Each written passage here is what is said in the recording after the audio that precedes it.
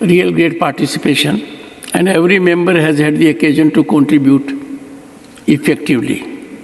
We must now have someone who can contribute to it in a poetic manner. I now call upon Shri Ramdas Athawale as the last speaker on this issue.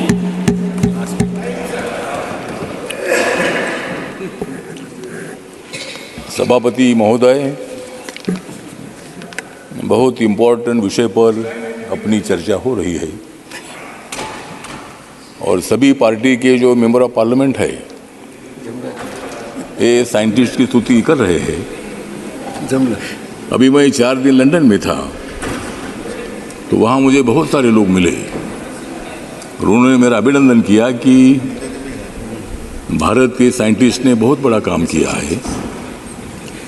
और हम जानते हैं हमारे जयराम रमेश जी हमारे पुराने मित्र भी है, बहुत क्लेवर आदमी भी है, कांग्रेस को बढ़ाने में उनका बहुत बड़ा योगदान भी है। लेकिन मैं इतना ही बताना चाहता हूं कि कांग्रेस के बड़े नेता है रमेश जयराम, कांग्रेस के बड़े नेता है रमेश जयराम, लेकिन सभी का आपने नाम लिया, लेकिन आपने नहीं लिया नरेंद्र मोदी जी का नाम। आज के बहुत ही सुंदर है शाम, आज के बहुत ही सुंदर है शाम, अब तो नरेंद्र मोदी जी को याद करो रमेश जयराम।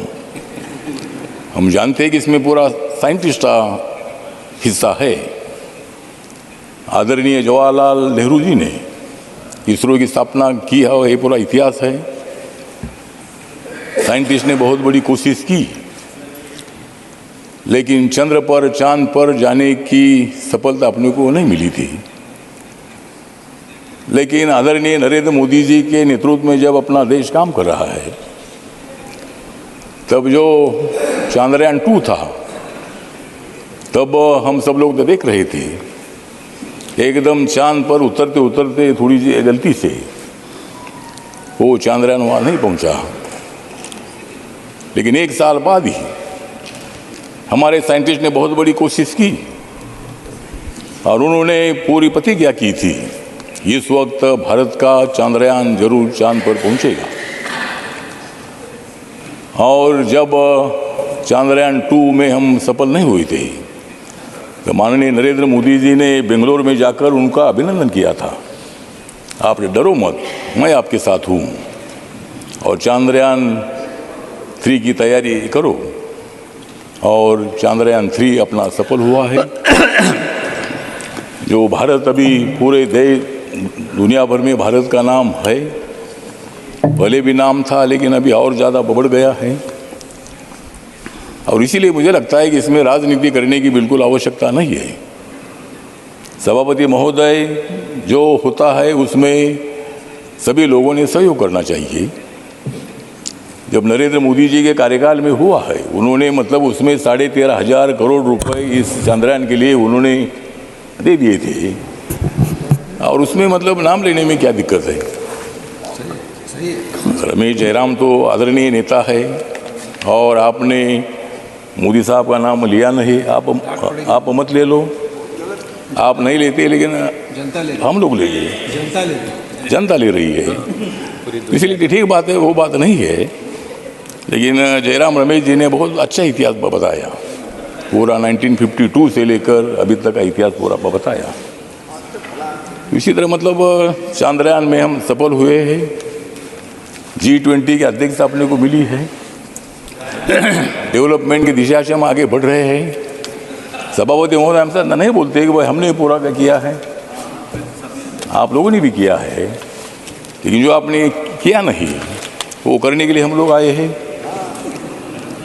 आप अगर करते थे तो हम नहीं आते थे, जनता हमको आने नहीं देती थी।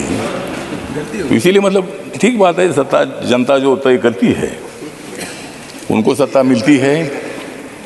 भारतीय जनता पार्टी के 1982 में दो MP थे, अटल जी के टाइम पर 182 लोग चुनकर आए, नरेंद्र मोदी साहब के टाइम पर 2014 में 282 लोग चुनकर आए, 2019 में 303 लोग चुनकर आए, और अभी 2024 में कितने आएंगे पूछो रमेश जी। ठीक है, मतलब तो जो है वो तो 2024 में आप भी तैयारी करो, आप जितने लोगों को इकट्ठा करना है उतना करो, तुम नेताओं को इकट्ठा करो, हम जनता को इकट्ठा कर रहे हैं। Thank you, thank you, thank you honourable minister, thank you. नहीं ठीक है ना, उनको भी अधिकार है, उनको सत्ता में आने का अधिकार है। आप 60 साल तक सत्ता में रहे, मैं भी आपके साथ रहा हूँ, तो इसीलिए मुझे लगता है कि लोकतंत्र में जिनको जनता उनके साथ जाती है उनको सत्ता मिलती है। आपने कई नेताओं को आपने एक साथ लाया है, हमको ज़्यादा नेताओं को साथ में लाने की जरूरी नहीं है, क्योंकि और भी ज़्यादा पार्टियों को ले लेंगे तो टिकट देना मुश्किल हो जाएगा। Thank you, thank you. नहीं ठीक है ना, मतलब ज़्यादा हमको पार्टियों की जरूरी नहीं है, हमारी ताकत है बीजेपी के साथ मेरी आरपीआई बाबा साहब अम्बेडकर जी की पार्टी है, गांव-गांव में मेरी पार्टी की शाखाएं है। मेरे पार्टी की कितनी एमपी है मत पूछो, लेकिन मेरे पार्टी का एक भी एमपी नहीं है। मैं लोकसभा में चुनकर आता था, मैंने 2014 में जब मैं मोदी साहब के साथ आया तब अगर मैं आग्रह करता था कि मुझे लोकसभा में लड़ना है, मैं 3 बार लोकसभा में चुनकर आया था, चौथी बार मैं शिरडी से हारा था, तो मैंने सोचा कि और 5 साल के बाद क्षेत्र बदलना ठीक नहीं है, इसीलिए मैंने बीजेपी के पास मैंने राज्यसभा मांगी और बीजेपी ने मुझे राज्यसभा दी। नहीं तो मैं लोकसभा में आता था, लेकिन मैं राज्यसभा में आने के बावजूद भी माननीय नरेंद्र मोदी जी ने मुझे उनके मंत्रिमंडल में ले लिया है। Thank you. और सामाजिक न्याय और अधिकारिता मंत्रालय की जिम्मेदारी। Thank you, thank you, thank you. इसीलिए ठीक बात है, तो इसीलिए थैंक यू, ठीक बात है, तो इसीलिए हम सब लोग जो है हमारी 2024 की तैयारी चल रही है और हम थैंक यू।